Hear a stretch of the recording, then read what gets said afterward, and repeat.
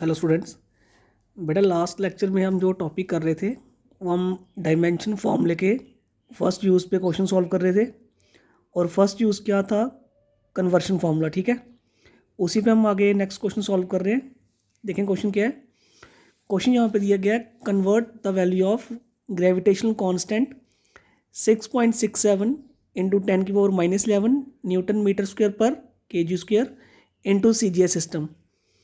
इसका मीनिंग हमें gravitation constant की वैल्यू किस सिस्टम में कन्वर्ट करनी है, CGS में।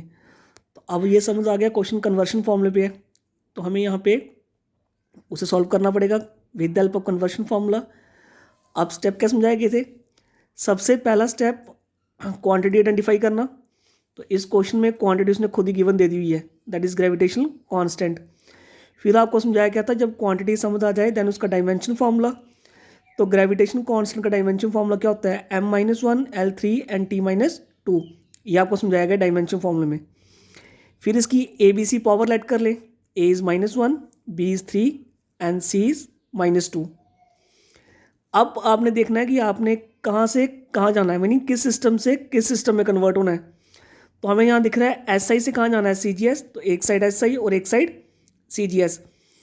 SI में mass is m1, length is L1 and time is T1 and numerical value is n1, and in CGS mass is m2, length is L2 and time is T2 and numerical value is n2। SI में मास किस में निकलता है? kg में, length metre में, time second में, और n1 numerical value आपको गिवन दी गई है। ठीक है, CGS में mass is in gram, length is in centimetre, time is in second और n2 हमने फाइंड करना है। और सबके साथ 1 1 रखा गया है। लास्ट टाइम भी समझाया था, कन्वर्ट हम बाद में कर लेंगे जब इसको कन्वर्शन देंगे। अब हमने किसका यूज़ कर लिया? कन्वर्शन फार्मूले का। तो कन्वर्शन फार्मूला को समझाया गया था, n2 = n1, m1 upon m2 की power a into L1 upon L2 की power b and T1 upon T2 की पावर c। अब चेक करो, इस कन्वर्शन फॉर्मूले में जितनी भी वैल्यूज़ आपको चाहिए वो सारी आपके पास यहाँ प्रेजेंट हैं। वैल्यू पुट करते जाओ। n2 फाइंड करना था, n1 की वैल्यू कितनी थी? दैट इज 6.67, ये लिखा हुआ है, सब्स्टिट्यूट कर दिया। m1 की वैल्यू 1 kg, m2 की 1 ग्राम और पावर a कितनी हमने डाली? That is -1। L1 is 1 metre, L2 is 1 centimetre and power b is 3 and T1 is 1 second and T2 is 1 second and c is -2। अब हमें मालूम था कि हमने कन्वर्ट कहाँ से कहाँ होना था, SI टू CGS। तो जितनी भी वैल्यू हमने कहाँ लिखी है न्यूमिनेटर में वो सारी SI में है, तो उसे किस में कन्वर्ट कर दो? CGS में। तो 1 kg में कितने ग्राम होते हैं? 1000 ग्राम। 1 मीटर में 100 सेंटीमीटर और टाइम अगेन सेम है तो यहाँ सेम रहने दिया।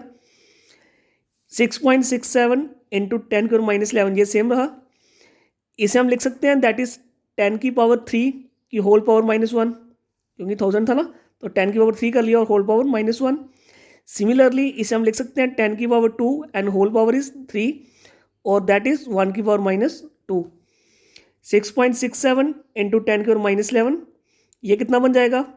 10⁻3, 10⁻6। अब यहाँ पे basis are same, powers are added, तो ये बचेगा 10⁻8। तो आंसर इज 6.67 इंटू 10⁻8। और हमने कहाँ जाना था? CGS में। तो कन्वर्शन देखो, न्यूटन चला जाएगा डाइन में, मीटर चला जाएगा सेंटीमीटर में और kg ग्राम में। अब एक क्वेश्चन मैंने उस पर आपको दिया हुआ है सॉल्व करने के लिए, ये क्वेश्चन एक आप सॉल्व करोगे। ठीक है, ये आपके लिए है।